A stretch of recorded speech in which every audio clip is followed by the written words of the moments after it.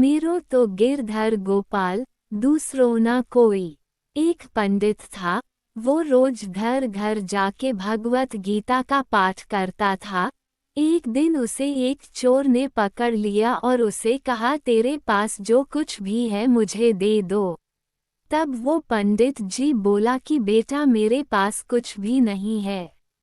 तुम एक काम करना, मैं यही पड़ोस के घर में जाके भगवत गीता का पाठ करता हूँ। वो यजमान बहुत दानी लोग हैं, जब मैं कथा सुना रहा होऊंगा तुम उनके घर में जाके चोरी कर लेना।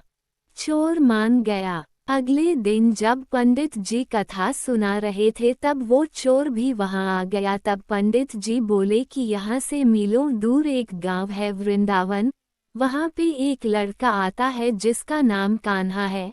वो हीरों जवाहरातों से लदा रहता है। अगर कोई लूटना चाहता है तो उसको लूटो। वो रोज रात को पीपल के पेड़ के नीचे आता है जिसके आसपास बहुत सी झाड़ियां हैं। चोर ने ये सुना और खुशी खुशी वहां से चला गया। वो चोर अपने घर गया और अपनी बीवी से बोला, आज मैं एक कान्हा नाम के बच्चे को लूटने जा रहा हूँ, मुझे रास्ते में खाने के लिए कुछ बांध कर दे दो। पत्नी ने कुछ सत्तू उसको दे दिया और कहा कि बस यही है जो कुछ भी है। चोर वहां से ये संकल्प लेके चला कि अब तो मैं उस कान्हा को लूट के ही आऊंगा। वो बेचारा पैदल टूटे चप्पल में ही वहां से चल पड़ा।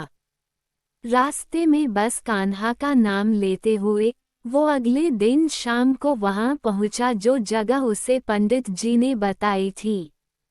अब वहां पहुंच के उसने सोचा कि अगर मैं यहीं सामने खड़ा हो गया तो बच्चा मुझे देखकर भाग जाएगा, तो मेरा यहां आना बेकार हो जाएगा। इसलिए उसने सोचा क्यों ना पास वाली झाड़ियों में ही छुप जाऊं। वो जैसे ही झाड़ियों में घुसा, झाड़ियों के कांटे उसे चुभाने लगे। उस समय उसके मुंह से एक ही आवाज निकली, कान्हा कान्हा। उसका शरीर लहूलुहान हो गया पर मुंह से सिर्फ यही निकला कि कान्हा आ जाओ, कान्हा आ जाओ। अपने भक्त की ऐसी दशा देख के कान्हा जी चल पड़े। तभी रुक्मणी जी बोली कि प्रभु कहाँ जा रहे हो, वो आपको लूट लेगा। प्रभु बोले कि कोई बात नहीं, अपने ऐसे भक्तों के लिए तो मैं लूट जाना तो क्या, मिट जाना भी पसंद करूंगा। और ठाकुर जी बच्चे का रूप बना के आधी रात को वहां आए। वो जैसे ही पेड़ के पास पहुंचे, चोर एकदम से बाहर आ गया और उन्हें पकड़ लिया और बोला कि ओ कान्हा, तूने मुझे बहुत दुखी किया है। अब ये चाकू देख रहा है ना, अब चुपचाप अपने सारे गहने मुझे दे दे। कान्हा जी ने हंसते हुए उसे सब कुछ दे दिया।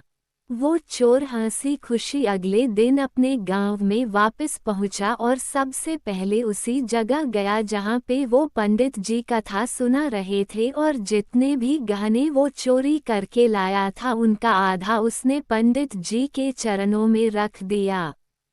जब पंडित ने पूछा कि ये क्या है, तब उसने कहा, आपने ही मुझे उस कान्हा का पता दिया था, मैं उसको लूट के आया हूँ और ये आपका हिस्सा है। पंडित ने सुना और उसे यकीन ही नहीं हुआ।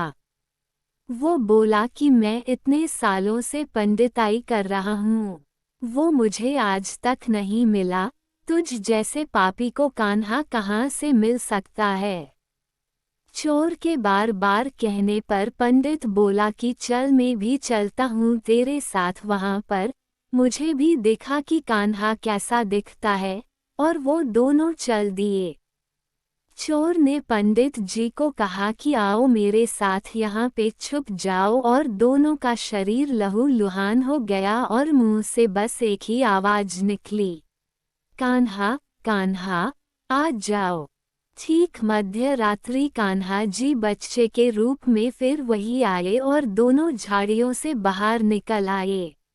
पंडित जी की आंखों में आंसू थे, वो फूट फूट के रोने लग गया और जाके चोर के चरणों में गिर गया और बोला कि हम जिसे आज तक देखने के लिए तरसते रहे, जो आज तक लोगों को लूटता आया है, तुमने उसे ही लूट लिया। तुम धन्य हो। आज तुम्हारी वजह से मुझे कान्हा के दर्शन हुए हैं। तुम धन्य हो। ऐसा है हमारे कान्हा का प्यार अपने सच्चे भक्तों के लिए। जो उसे सच्चे दिल से पुकारते हैं तो वो भागे भागे चले आते हैं। मेरो तो गिरधर गोपाल, दूसरों ना कोई।